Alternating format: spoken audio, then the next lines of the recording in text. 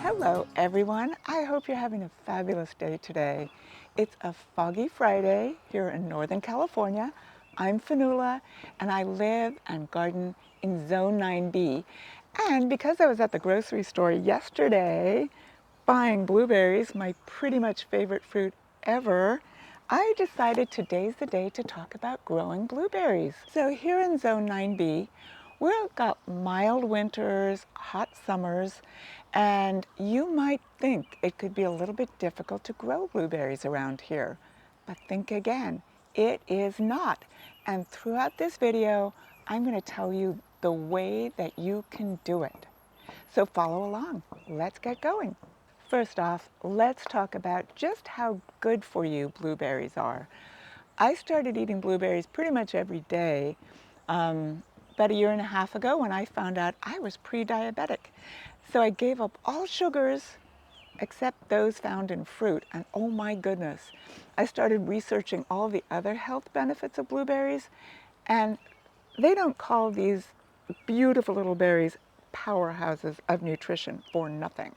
There's vitamin C, there's antioxidants, there's vitamin K, there's those valuable little anthocyanins that give it the blue color that are so good for us.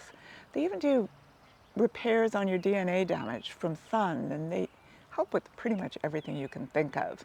Brain health, heart health, gut health, help you with diabetes. I mean, everybody, you need to be eating blueberries every single day. So having said that, and how I feel about growing your own food, you need to plant some blueberries. Growing your own blueberries, just like growing any other fruit or vegetable, the harvest that you get, those blueberries that you pick straight from your very own blueberry bush, they taste even better than any of the best store-bought ones. So it's incredibly rewarding. But there are some tricks to it. And I'm going to tell you every single one of them. Starting with, pick the right variety for your particular area. Now I'm in Petaluma, Zone 9B, Petaluma, Northern California, and where we are, we get morning fog, which we're experiencing today. Usually burns off for a couple of hours in the middle of the day, and then it comes back in the evening.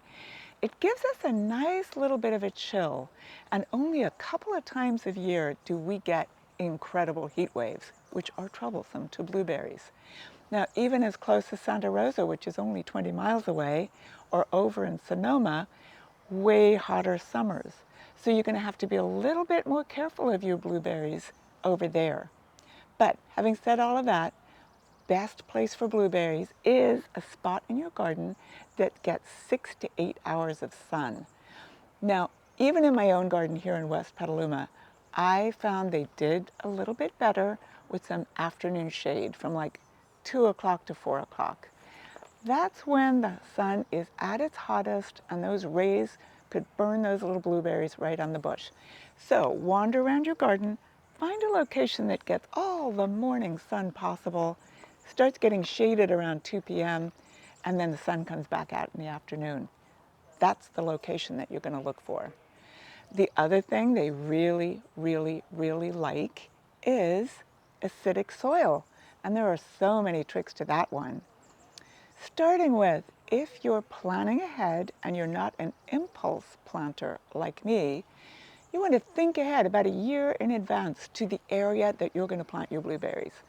You're going to amend your soil, add as much organic material as you possibly can, peat moss if you can get a hold of it, and iron sulfate, which really helps lower that pH. This is fabulous. And really mix it all super well.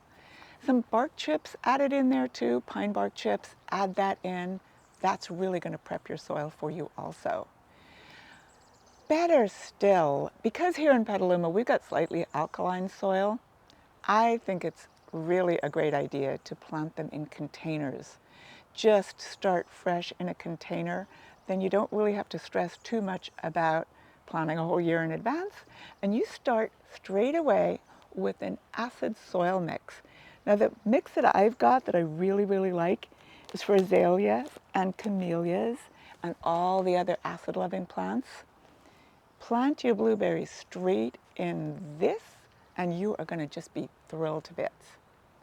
So acid soil, blueberries like a pH between 4.5 and 5.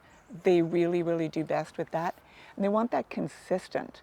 So every single year, even if you've started off your blueberry in this wonderful mix, you're going to want to supplement with iron sulfate and this fabulous fertilizer at least once a year. Best time to fertilize them, spring and again in fall. The other thing that blueberries really love is regular water, and again, planting one in a container really helps you control that. Their roots are relatively shallow, so they like frequent water. They like their soil being held at a kind of moist but not super soggy sort of a level. So make sure your container has very good drainage. And yeah, and then just keep monitoring. Watch your blueberries. These particular ones are all southern high bush. They're babies, they're about 3 to 4 years old, but they're ready to go in the ground. They're ready to harvest. They are going to be absolutely fabulous after a year or two when they reach their full height of 6 to 8 feet. I am making this video specifically for, sounds like Petaluma at this point, but Northern California and Zone 9B. But for everybody watching all over the country, what you want to do when you're picking out a blueberry bush for your garden is to check that the chill hours match, of that particular variety, match the chill hours that happen in your garden. So chill hours are the cumulative hours over the winter where the temperatures drop below 45 degrees. Now, because the weather has been changing, the climate has been changing, where we are, our chill hours used to be between 800 and 1500 hours over the winter months. It's kind of dropped now, and we're discovering that the southern high bush varieties with a lower chill hour requirement are definitely working better. So, like I said, I'm doing this video for people in Zone 9B, but if you're watching this video and want to learn about how to grow blueberries, check your blueberry varieties, check your particular chill hours in the winter, and make sure you pick a variety that does well with the chill hours your garden experiences. So what's doing best around Petaluma and Northern California and Zone 9B right now are the southern high bush varieties. They're exactly what they say they are. They grow tall, 6 to 8 feet, and they have low chill hours. So between 2 and 500 hours, 2 and 600, 5 and 800, they all do really well in our particular area. And I've got so many great ones to choose from. We'll talk about those in a couple of minutes, but really wanted to mention that first, get that out of the way. Pick the right variety for your garden. That really gets you off to the best start you possibly can. Okay, let's talk about some of the varieties that work really well in our low chill environment. Sunshine Blue is pretty amazing. I love that one. Jewel, oh my goodness, that's a great variety. Big berries, great harvest, very vigorous bush entirely. You can see already it's very big and archy. Whole lot of fabulous berries growing on it already. One of the ones that I've heard, and I'm going to try this year, is O'Neill. It is supposedly one of the best to grow around here. It's on the small side now, but I'm presuming it's going to catch up with the other ones. But it's very reliable when you got those iffy summers. This one is super cool. This is pink lemonade. It's actually a pink blueberry, if you can even have such a thing. So there you go. This is another great one. It's a very vigorous, very sturdy. The leaves are a little bit different too. So to me, that makes it, worth it in the ornamental garden. Definitely worth trying. Sharp blue, that's another one. It's so great, even for coastal areas, you can do sharp blue. Low chill, gives you lots and lots of delicious blueberries.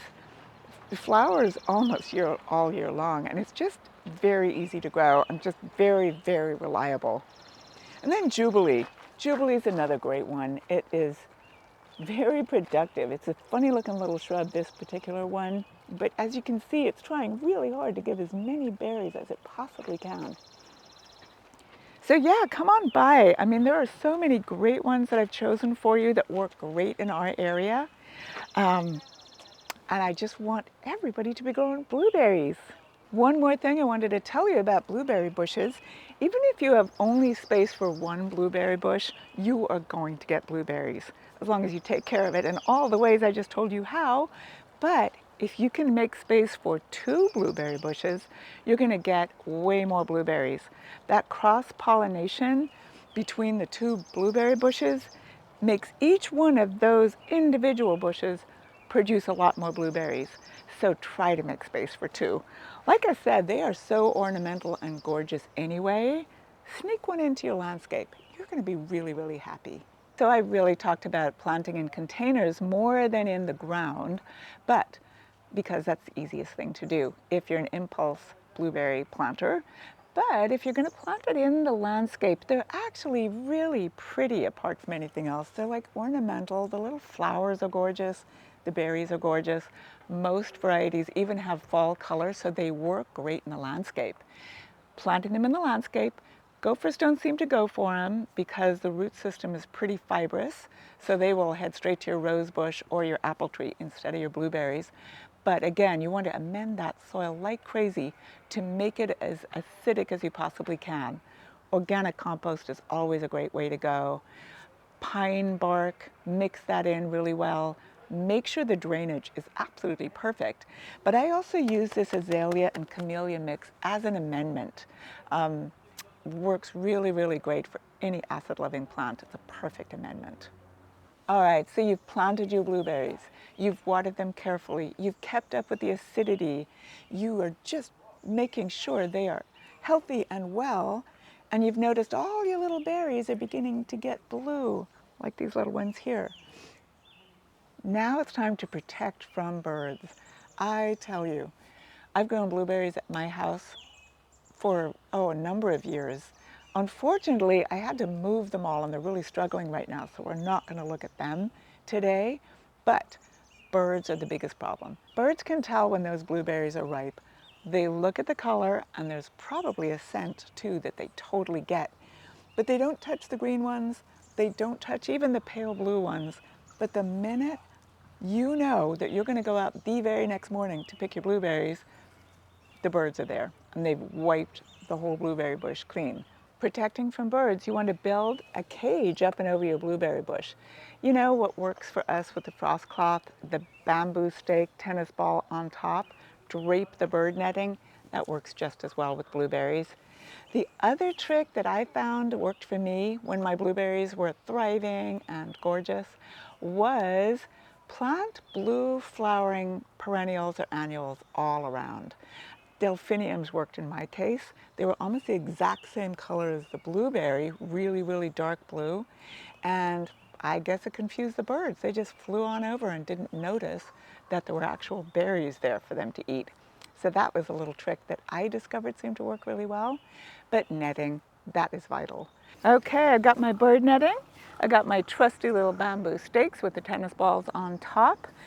Now it's time to drape it over and keep those pesky birds away from my blueberries. The other thing I'm going to do is use some irrigation use to hold it away, hold it taut, and make sure there's no gaps at the bottom where the birds can get in, because I really want these blueberries. So we've talked about where to grow your blueberries in your garden, and I was specific to Zone 9B. Zone 9B is great, but every one of our gardens has a different microclimate. And even in my own garden, there's certain bits of it that are better than others for blueberries. So pay attention, learn from your own garden, learn from your own mistakes, we'll call them. They're not really mistakes because they're going to lead you into becoming an even better gardener next time you try it. But really pay attention to your own garden and what's going on there and the microclimate and where the sun is shining and where it's shadier. You're going to learn so much from your own gardening experience that what I'm telling you is just launching you on the road to your discoveries. But get going and have fun. That's the main thing about gardening. And the way you can tell if your blueberry is ripe, apart from the birds noticing first, is you want to give them a little squish. If they're still as solid as a rock, they're not ripe. You want them soft and squishy, like these store-bought ones, just absolutely the perfect texture.